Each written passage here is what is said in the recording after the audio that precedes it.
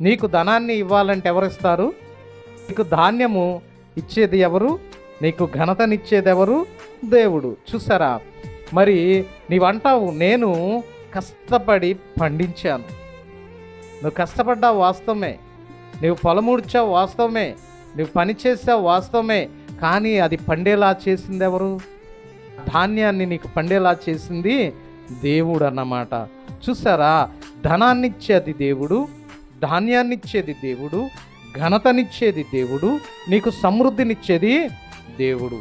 ఇన్ని ఇచ్చిన దేవుడు దాన్ని నీవెలా ఖర్చు చేస్తున్నావో చూసేది కూడా దేవుడేనండి. దాన్ని మనకు అనుగ్రహించేది దేవుడే. దానిని నీవు జాగ్రత్తగా ఖర్చు చేయమని చెప్తూ ఉన్నాడు దేవుడు.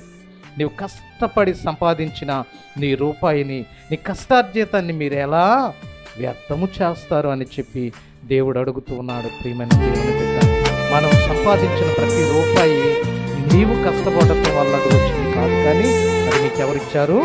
దేవుడిచ్చాడని నీవు అర్థం చేసుకోవాలి.